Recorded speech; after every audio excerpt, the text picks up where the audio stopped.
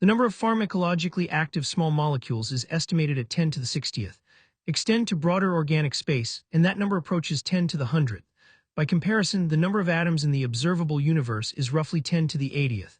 A pharma giant screening a billion compounds has explored less than a billionth of 1%. Tesla watching Edison test thousands of carbon filaments made a simple critique. A little theory and calculation, he said, could have saved 90% of the labor. The Edisonian method survived another century. It is now finished. Random screening cannot map a search space larger than the universe. Don't guess and check, simulate and select. High-throughput screening was supposed to industrialize discovery. Instead, it industrialized false positives. The screens hit on compounds with poor solubility, with toxicity, with structures the body rejects. They were random, not rational. Black box AI made things worse. Generative models trained on string representations hallucinate molecules that violate valency rules, that violate conservation of mass, that cannot physically exist. A large language model treats a molecule as a sentence. A molecule is not a sentence. It is a three-dimensional graph with chirality, with bond angles, with electronic structure.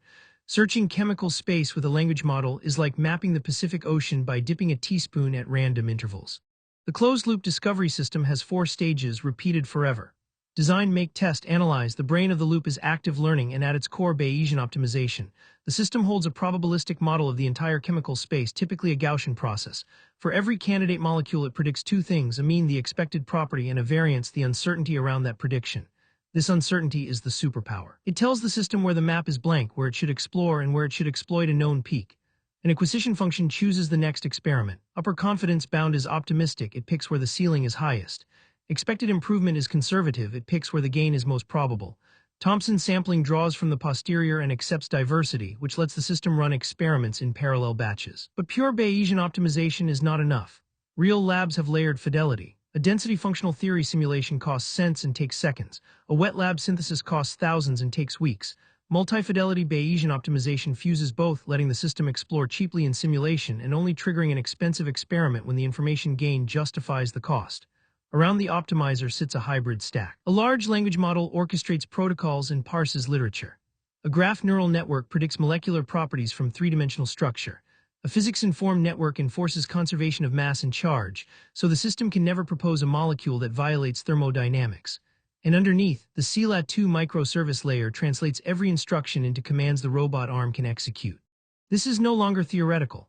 At Lawrence Berkeley National Laboratory, the lab synthesized 41 novel inorganic materials in 17 days.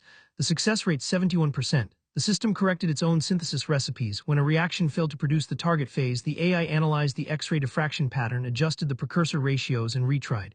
No human in the loop. The ANI-1X machine learning potential. Trained with active learning, matched density functional theory accuracy, using only 10% of the data a random sampler would need. Cost-informed Bayesian optimization deployed on real reaction conditions cut reagent costs by up to 90% while reaching the same optimum. The pharmaceutical results are equally hard. Exscientia took an AI-designed small molecule from concept to phase 1 human trials in roughly 12 months. The industry baseline is 4 to 5 years. In silico medicine moved a fibrosis candidate from target identification to preclinical in under 18 months, at a fraction of the typical cost. And Arum's law, the pharma productivity decay curve, reversed for the first time in over a decade. Many AI offerings in the market today are wrappers, thin layers over a public language model API.